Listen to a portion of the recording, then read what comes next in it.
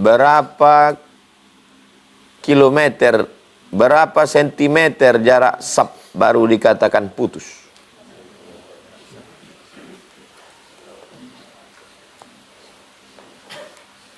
...300 zira'. Ini shibr namanya. Ini shibr. Shibran, jengkal. Ini namanya zira'. Apa bahasa kitanya? Asta. Ini namanya ba'. Depa. Jengkal, hasta, depa. Shibr, zira', ba'. Ba'un. Maka jaraknya 300.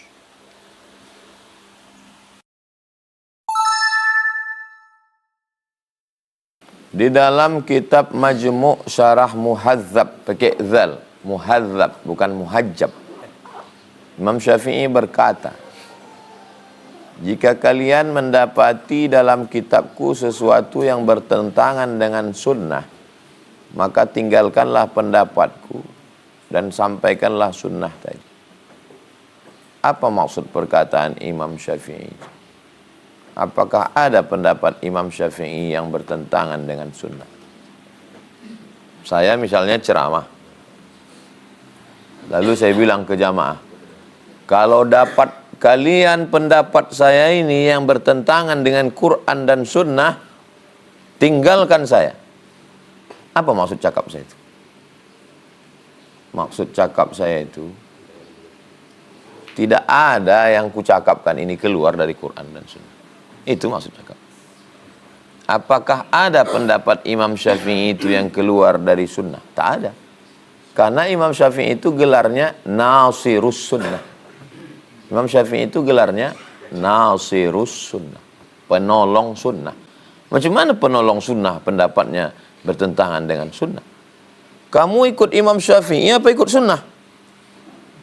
Kalau ada orang bertanya begitu, itu menunjukkan dia jahil murakkab. Bodoh kuadrat. Kau ikut Syafi'i apa ikut sunnah? Karena Imam Syafi'i mengambil penyebab pertikaian kita ini adalah karena kita tidak kembali kepada sunnah. Kalau kita kembali kepada sunnah, maka insya Allah kita tidak akan bertikai. Oh, jadi Ustadz, kalau kita kembali kepada sunnah kita tak bertikai? Tidak. Innal mayyita la yu'azzabu bibukai ahlihi. Mayat diazab kalau keluarganya menangis. Mayat ini diazab kalau keluarganya menangis. Dalam Al-Quran, wala taziru waziratu wizra ukhra. Orang tidak menanggung beban orang lain. Yang diazab ini siapa? Mayat. Yang menangis siapa? Bininya. Bininya yang menangis, kok lakinya diazab? Udahlah dulu waktu hidup dia udah azab kali. Sekarang udah mati pun kena azab juga gara-gara bini.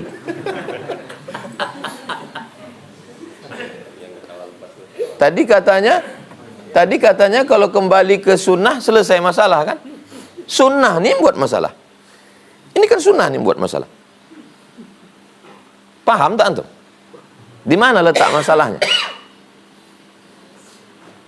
Wala taziru waziratun wizra ukhra. Orang tidak menanggung beban orang lain. Yang meninggal laki. Yang menangis bini. Yang kena azab laki. Kan bermasalah sunnah ini. Tadi katanya kalau kembali ke sunnah tak masalah.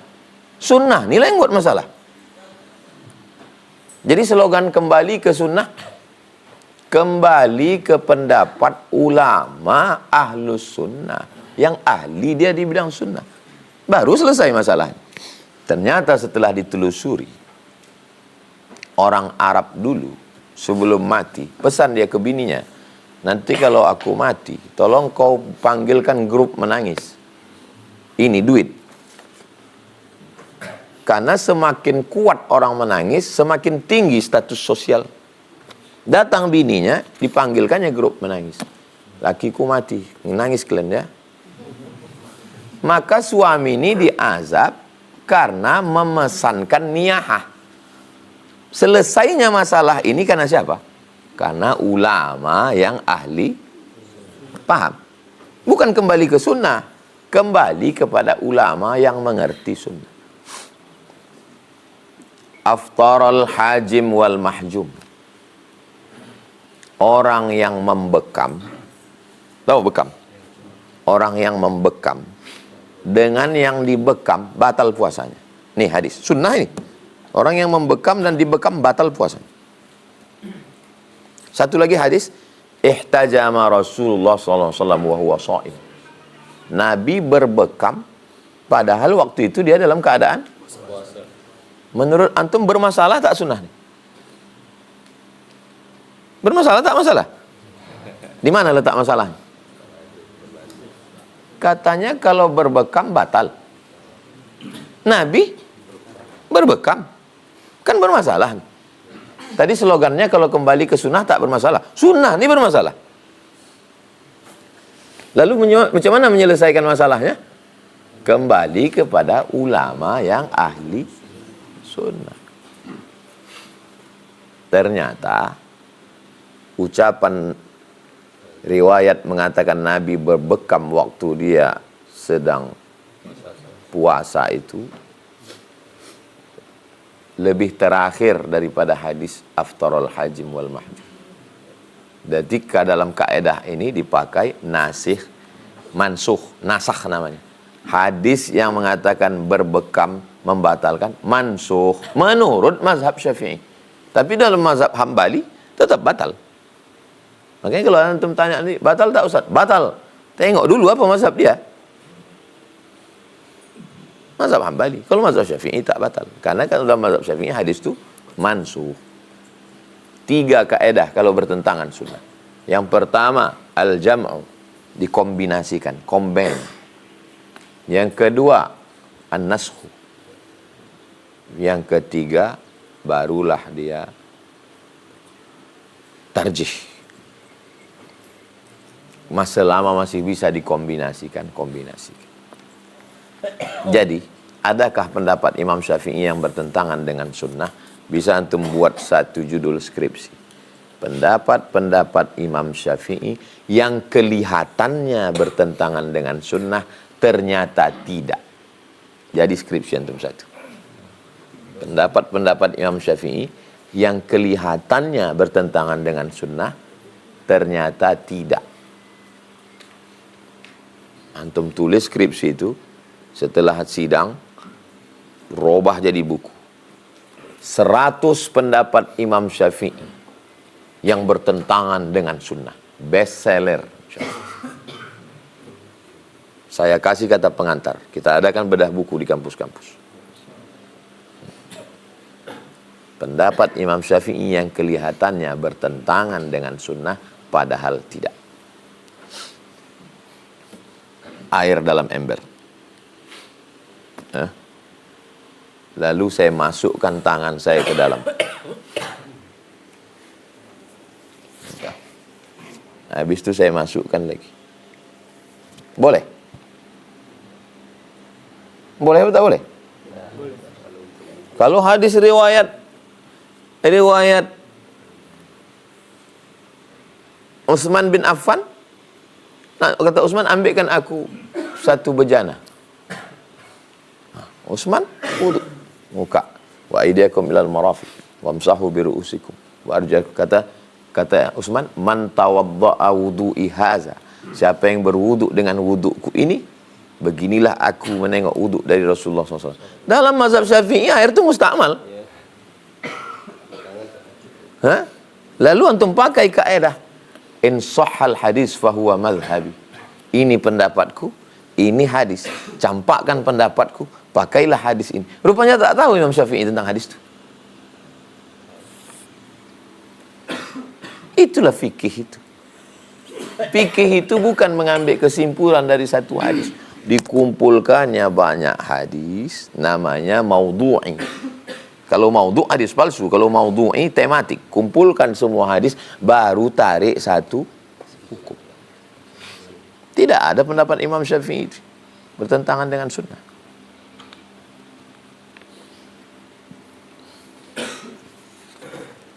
Minta referensi kitab dibahas pemuda dalam pengajian di masjid untuk kajian.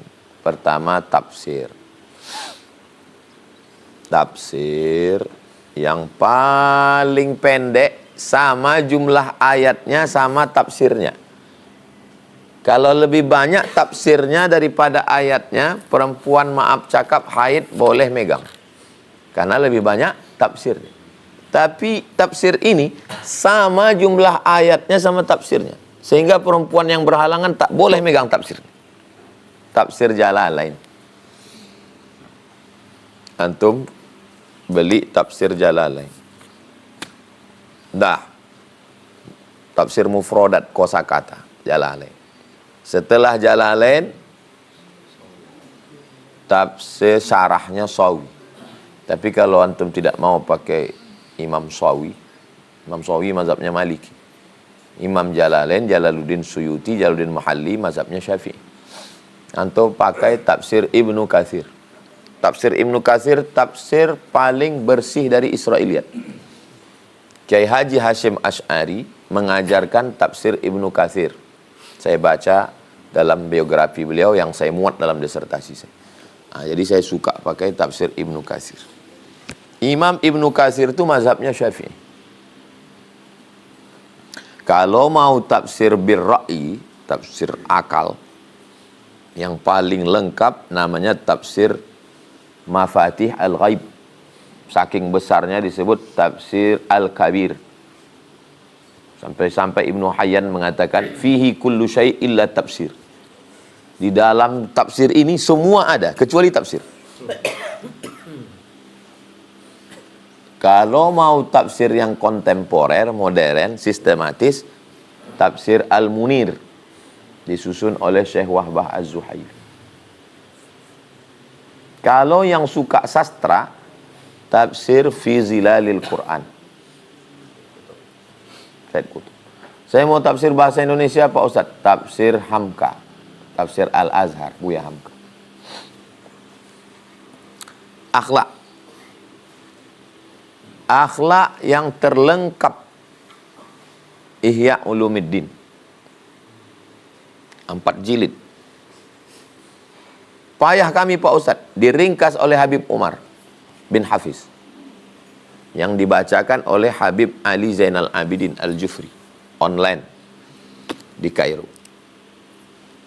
Ringkasan Ihya Ulumuddin diringkas oleh Habib Umar bin Hafiz, 1 jilid tipis.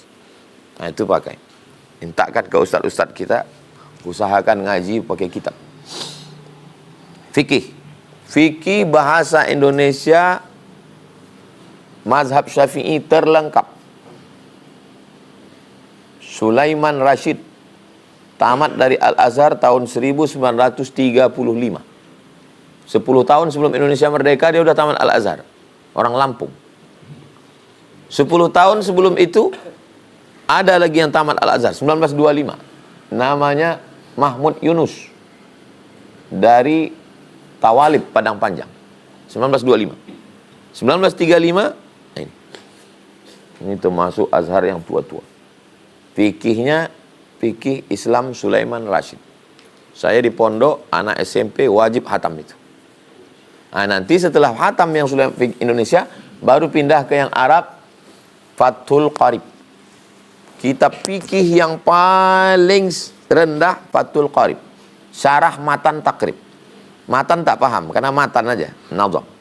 Nah, di atasnya itu namanya Fathul Qarib. Syarah Matan Takrib. Bahasa Indonesia ini dulu, khatamkan. Sirah. Sirah yang paling tua ditulis oleh Ibnu Ishaq. Lalu kemudian dilanjutkan oleh Ibnu Hisham. Maka terkenal dengan Sirah Ibnu Ishaq. Yang modern, yang bahasanya simple, yang sederhana, Ar-Rahiq Al-Maktum. Ditulis ulama India, juara 1 lomba menulis sirah sedunia. Namanya Syekh Safiur Rahman Al-Mubarakfuri. Kalau hatam antum itu, simple, sederhana, bahasanya sistematis, tak berbelit-belit. Nah, Kalau mau yang sirah sekaligus membantah orientalis, Hayatu Muhammad, Hussein Haikal.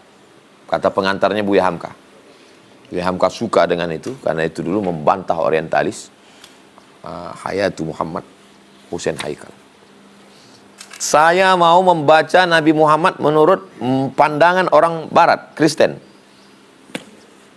History of Prophet Muhammad. Biografi Muhammad. Penulisnya yang dulu menulis sejarah Tuhan. Sejarah Tuhan pun ditulisnya. Namanya Karen Armstrong. Dia tak masuk Islam.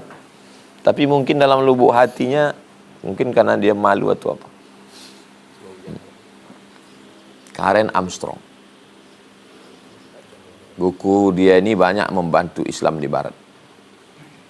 Hadis ini disampaikan Tuan Guru Ra'aita idza shallaital maktubat. Kalau arba'in hadis yang ke-22. Kalau engkau ra'aita idza shallaitul maktubat. Kalau saya salat wajib subuh, zuhur, asar, maghrib, isya. Wa sumtu Ramadan, aku sudah puasa Ramadan. Wa ahlaltul halal, ku halalkan yang halal. Wa haramtul haram, yang haram ku jauhi. Walam azid ala zalik, tak ku tambah lagi. Adkhulul jannah, apakah aku masuk surga? Naam, ya, masuk surga.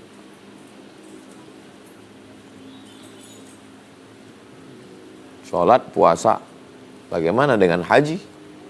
Bagaimana dengan jihad? Itulah maka kaidah hadis ini tak bisa mengambil kesimpulan dari satu hadis. Kumpulkan semua hadis, baru diambil satu pemahaman. Pemahamannya itu disebut dengan fiqh. Fikih hadis. Obat yang ada di apotek itu hadis. Orang yang mampu meramu obat itu menjadi obat, itu dokter. Antum pergi ke apotek, antum makan semua obat itu, mati antum. Karena antum tak ada ilmu di situ. Paham? Sahih Bukhari, Sahih Muslim, Sunan Abi Daud, Sunan Nasa'i, Sunan Tirmidzi, Sunan Ibn Majah, Muwatta Malik, Sunan Darimi, Musnad Ahmad bin Hanbal, Musannaf Ibni Abi Syaibah, Musnad At-Tayalisi. Itu sama macam obat di apotek. Antum pergi ke apotek, antum makan ini, antum makan ini, antum makan ini, mati antum. Begitulah antum kalau pergi ke perpustakaan, buka Sahih Bukhari, buka ini, habis itu antum berijtihad. Dhalla wa adalla. Sesat dan menyesatkan. Maka yang paling selamat adalah ikut dokter. Dokter itulah faqih. Pak dokter, tolong ambilkan saya obat yang cocok untuk saya. Dia ambilnya. Bapak ada asam lambung? Ya, yang cocok ini. Bapak gulanya tinggi pak, jadi jangan makan ini. Dia yang ngerti. Jadi kalau ada orang mengatakan, marilah kembali kepada Quran dan Sunnah. Itu sama dengan mengatakan, mari kita ke apotek, kita makan obat ini semua. Mari kita ke dokter yang paham obat. Pertanyaannya, sholat wajib yang dimaksud laki-laki itu apakah dikerjakan secara sendiri atau berjamaah? Tak bisa mengambil dari satu hadis. Kumpulkan semua hadis. Tentang sholat berjamaah, mazhab Hambali fardu ain, Hambali. Mazhab Maliki sunat muakkad. Mazhab Syafi'i fardu kifayah. Dokter tiga-tiga ini berijtihad mereka, hadisnya sama, Qurannya sama, beda ijtihad. Jadi kalau antum tanya, apakah sholat sendiri atau berjamaah? Mazhab Hambali wajib berjamaah. Mazhab Syafi'i sunat muakkad. Jadi kalau gitu sendiri cukup. Mazhab Maliki sunat muakkad. Jadi kalau gitu sendiri cukup. Mazhab Syafi'i fardu kifayah, sendiri cukup. 2. Kalau dengan melaksanakan yang wajib dan meninggalkan yang haram bisa masuk surga, maka di mana fungsi melaksanakan yang sunat dan meninggalkan yang makruh? Jangan mengambil dari satu hadis. Makanya yang mengajar hadis mesti membaca syarah. Jangan dibacanya hadis, dibaca terjemah, dijelaskan sendiri. Tak bisa. Baca hadis itu, baca hadis-hadis lain, baru tarik satu kesimpulan. Nama metodenya maudhu'i. Imam Bukhari itu maudhu'i. Karena Imam Bukhari membuat satu judul, baru dibuatnya hadis. Kitab, di bawah kitab, bab, di bawah bab, hadis. Artinya Imam Bukhari makai metode maudhu'i, tematik. Saya Fulan bin Fulan, perumahan Unri, minta doa usaha British Propolis, punya Mas Ipo Santosa yang mengasih mobil untuk Yayasan Tabung Wakaf Umat, mobil Triton. Nah, itu dari BP. Masih ada lagi stiker BP-nya? Udah hilang? Mobilnya minta mobil baru dari BP.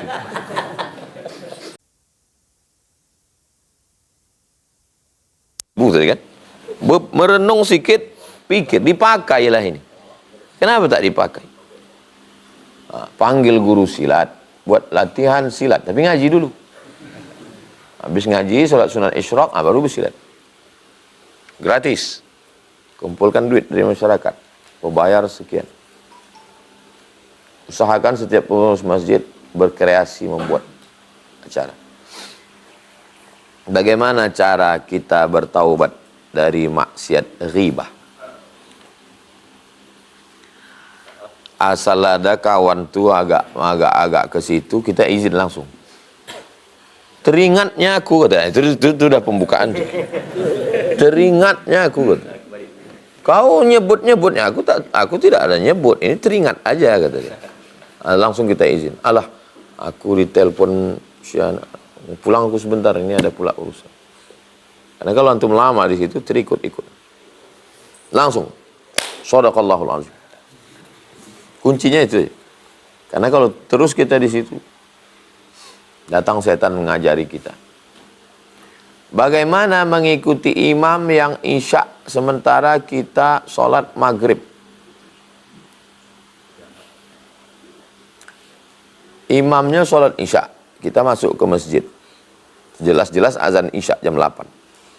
Kita mau sholat maghrib, kita isya dulu.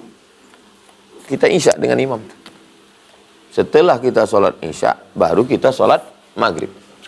Namanya jamak takhir.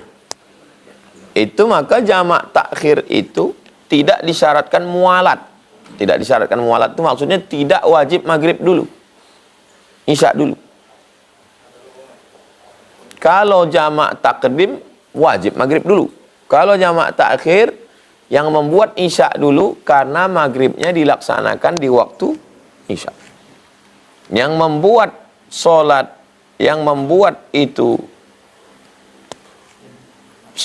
maghrib dulu, karena menurut urutan waktu maghrib dulu baru isya. Jadi jamak takhir tidak disyaratkan. Tak bisa antum pas 3 rakaat salam. Assalamualaikum warahmatullahi wabarakatuh. Ju'ilal imamu liyutamma bihi. Imam itu diangkat untuk diikuti. Antum musafir. Musafir nih hari ini. Pas berhenti di Duri nanti.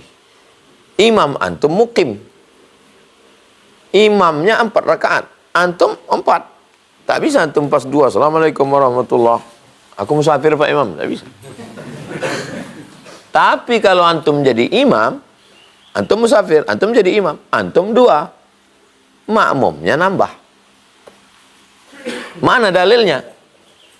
Mana dalilnya? Nabi jadi imam selama 19 hari. Waktu pembebasan kota Makkah. Nabi jadi imam 2 rakaat, habis itu kata Nabi, atimmu salatakum, sempurnakan salat kalian.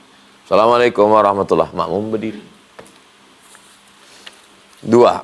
Berapa kilometer, berapa sentimeter jarak saf baru dikatakan putus?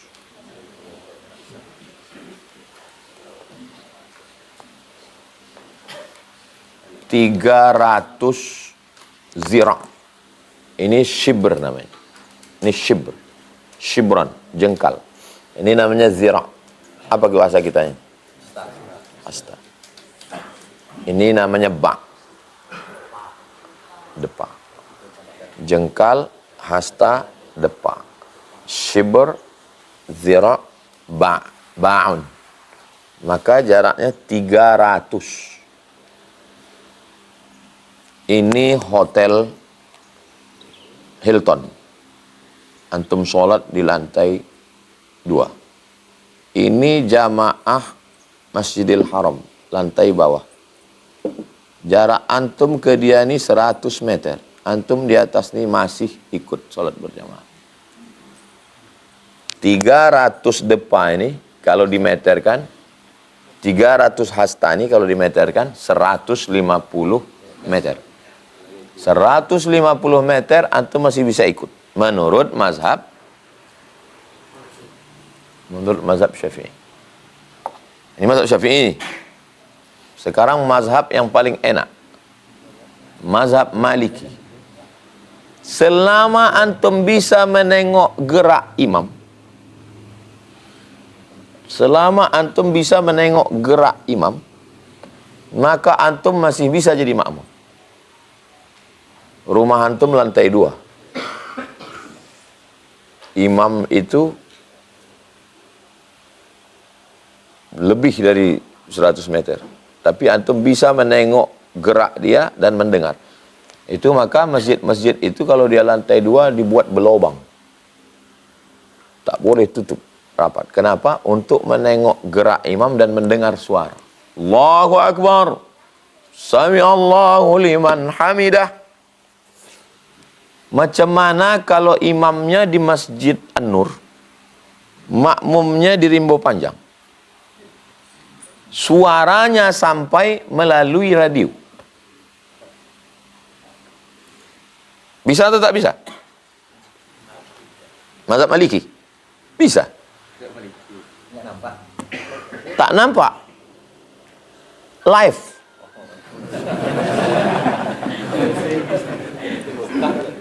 Ini nama kitabnya. Saya tunjukkan sampul bukunya. Syekh Ahmad bin Siddiq Al-Ghumari.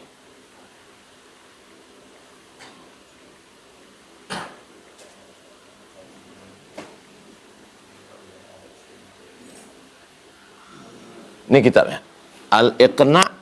Al-Iqna bisihhati salatil jum'ah fil manzil khalfal midya'. Al-Iqna bisihhati salatil jum'ah fil manzil, salat Jum'ah di rumah, khalfal midya', di belakang radio. Antum hidupkan radio, antum salat dulu. Alhamdulillahi rabbil alamin, kata Ustaz Zulhendri di An-Nur. Allahu Akbar. Sami Allahu liman hamidah. Sah menurut mazhab Maliki. Syekh Ahmad bin Siddiq Al-Ghumari. Oh, ini Syekh Ahmad ini siapa Pak Ustaz? Hafizul Asr. Dikumpulkan seluruh orang di dunia ini, dialah yang paling hafal hadis di dunia. Di abad 20. Ustaz amalkan? Tak pernah. Ini kan kajian kita ini ilmiah nih. Antum nanya ilmu, saya jawab ilmu. Jangan nanti antum terkejut pas di Masjidil Haram, pas zuhur, ini flyover. Biasa setiap di bawah flyover, banyak orang sholat. Putus. Wah, ini tak sah ini. Tak tahu kita, entah apa mazhab dia. Mazhab Maliki. Tapi jangan pula gara-gara ini antum sampai di pas umroh sesuka hati antum. Kalau antum di kamar. Pas kamar antum di atas lantai 20. Pakai kaca. Suara masuk ke hotel. Sholat. Pas ditanya sama istri antum, abang tak ke masjid? Menurut Ustaz Somad, saya pula antum bawa. Saya tak mau gitu. Saya kalau menjawab, saya sebutkan semua menurut mazhab Syafi'i begini, menurut mazhab Maliki begini, menurut ulama yang sekarang. Supaya kita tahu. Tapi waktu pengamalan, saya tetap masuk ke Masjidil Haram. Saya tetap merapatkan sop sama orang. Paham? Apa beda maksiat karena nafsu dengan yang datang dari setan? Kerja setan itu hanya mengipas aja. Nampaknya ada percikan api kecil sedikit. Baru dia mengipas. Makanya kalau cepat dipadamkan, tak setengah mati dia tak dapatnya. Inna ibadi laisa laka alaihim sultan. Hambaku, kau tak bisa, kata Allah Ta'ala. Maka kalau cepat dia balik ke Allah, dia ada lintasan sikit aja dari diri kita, baru dia datang. Maka begitu datang lintasan itu langsung. Walladzina idza fa'alu fahishatan aw zalamu anfusahum dzakarullah. Kalau dalam Naqsabandiyah zikirnya Allah, Allah, Allah, Allah, Allah, Allah, Allah, Allah, Allah, Allah, Allah, Allah. Asal datang lintasan itu langsung Allah, Allah, hilang dia. Kalau Qadiriyah, la ilaha illallah, la ilaha illallah, kuat dia. Makanya dikombinasikan antara zikir yang kuat dengan yang sir, Qadiriyah wan Naqsabandiyah. Yang Qadiriyahnya itu yang la ilaha illallah yang kuat. La ilaha illallah. Kalau Naqsabandiyah sir dalam, tak berbunyi dia. Dua-duanya pakai dalil. Jadi yang mana dari setan? Setan meneruskan itu aja. Yang awal mulanya itu dari kita. Jadi kalau tak dapatnya pintu masuk, tak bisa dia menggoda. Cepat balik kepada Allah SWT. Apa hukumnya minta tolong sama jin? Sudah saya posting di IG saya beberapa bulan yang lalu. Pendapat Ibnu Taimiyah. Ada antum yang nyimpan? Ingat? Ada tak yang nengok waktu itu? Saya postingkan pendapat Ibnu Taimiyah. Kenapa Ustaz pakai Ibnu Taimiyah? Kenapa tak pakai Imam Nawawi? Karena yang ngaku-ngaku Ibnu Taimiyah yang banyak melarang.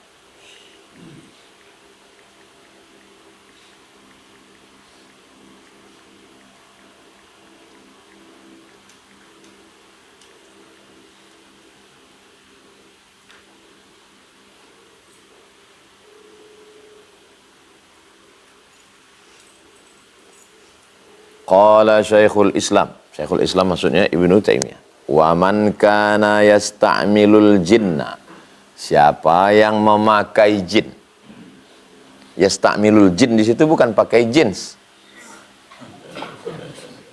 Man kana yasta'milul jinna fi umurin mubahah. Pada perkara-perkara yang mubah, bukan yang haram. Pada perkara yang mubah. Fahuwa kaman ista'malal ins. Sama macam memakai jasa manusia. Ibnu Taimiyah.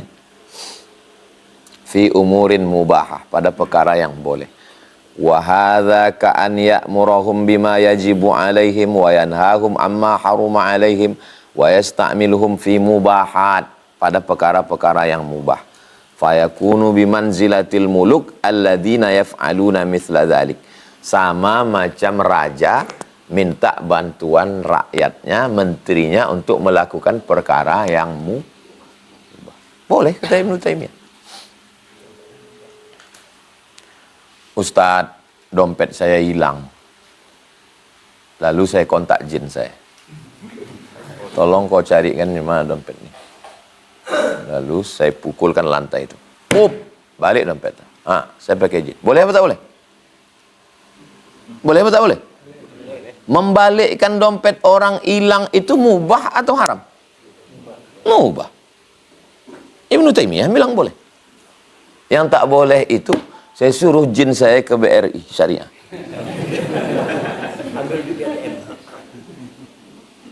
Paham? Fi umurin mubahat. Pada perkara yang mubah. Kalau perkara itu mubah, maka boleh pakai jin. Bukan saya, Ibnu Taimiyah. Pernahkah Ustadz pakai jin? Tidak.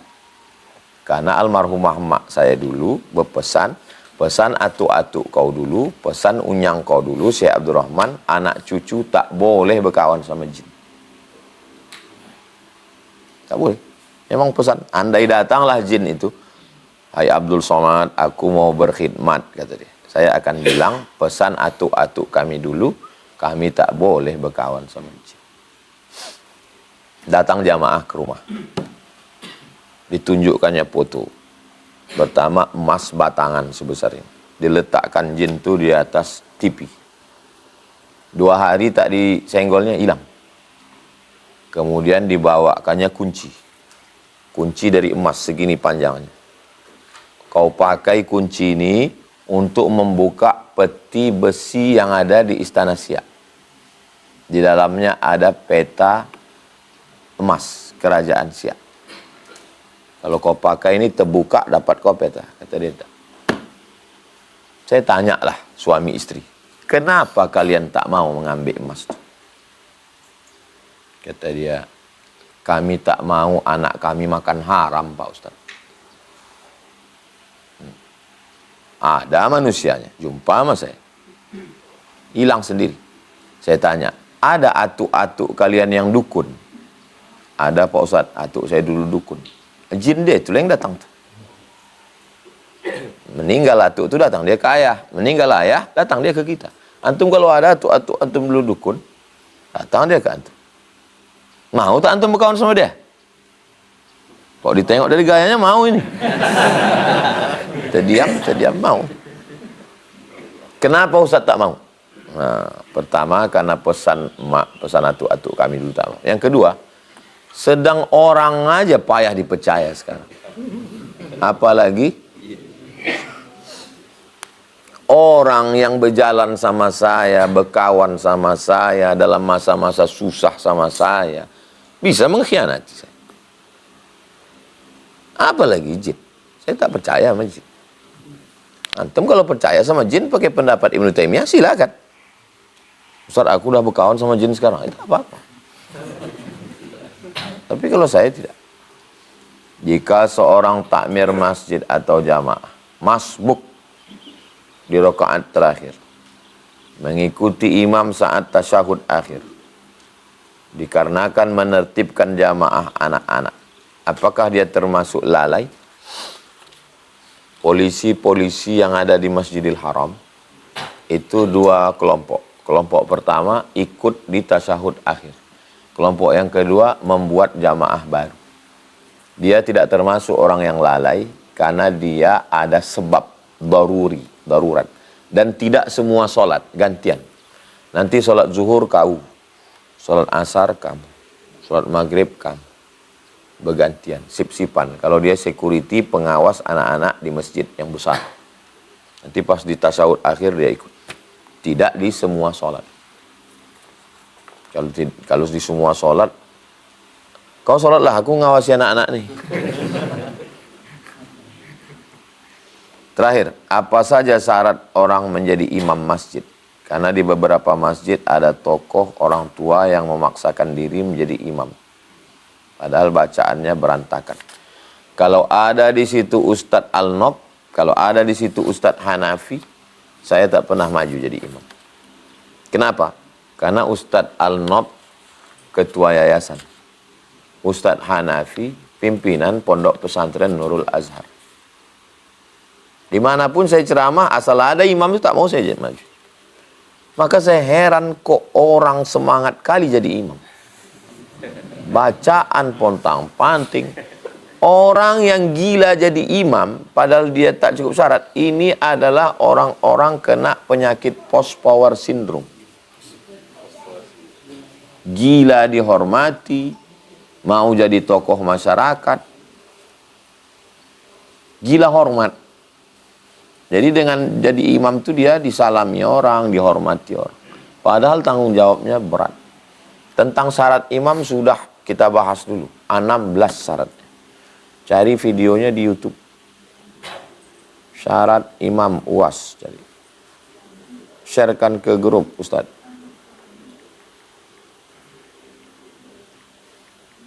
Yang pertama, yang paling banyak bacaannya.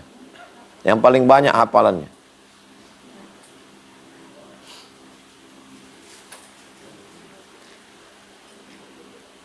Syarat imam, banyak videonya. Syarat imam 1,4 juta penonton. Kok antum tak nonton? Nggak masuk dalam 1,4 juta. 1,4 juta penonton syarat imam. 42 menit, 3 tahun yang lalu. Kok bisa antum? Tak, udah, share. Saya ambil dari Fiqhul Islami wa Adillatuh menurut mazhab Syafi'i. Yang berkumpul kita ini semua, yang pertama jadi imam ulil amri. Ulil amri tak sanggup mengangkat imam ratib. Itulah dia imam paripurna yang diangkat Pak Wali Kota. Tak ada imam ratib yang paling banyak hafalannya. Sama hafalannya, yang paling paham. Sama hafalannya, sama-sama paham, sama-sama LC. Yang paling bersih. Satu agak kotor bajunya, satu agak bersih. Yang paling bersih. Siapa yang paling putih bajunya? Sama hafalannya, sama pahamnya, sama bersihnya. Yang paling ganteng. Maju dia. Sama hafalannya, sama pahamnya, sama bersihnya, sama gantengnya. Yang paling cantik bininya. Sampai begitu. Kenapa? Karena kalau cantik bininya lebih khusyuk hatinya. Tak ditengoknya bini orang. Sampai begitu halusnya kajian fikih. Paham? Fikih itu. Udahlah tak menonton, berpantun pula dia di ujung.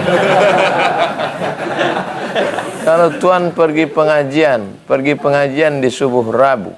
Terima kasih atas jawaban. Semoga Ustadz selalu. Ya? Semoga Ustadz sehat selalu. Amin ya rabbal alamin. Kalau tuan membeli pound di jembatan Leton, pengajian itu sudah 3 tahun, kenapa tahu tak pernah menonton?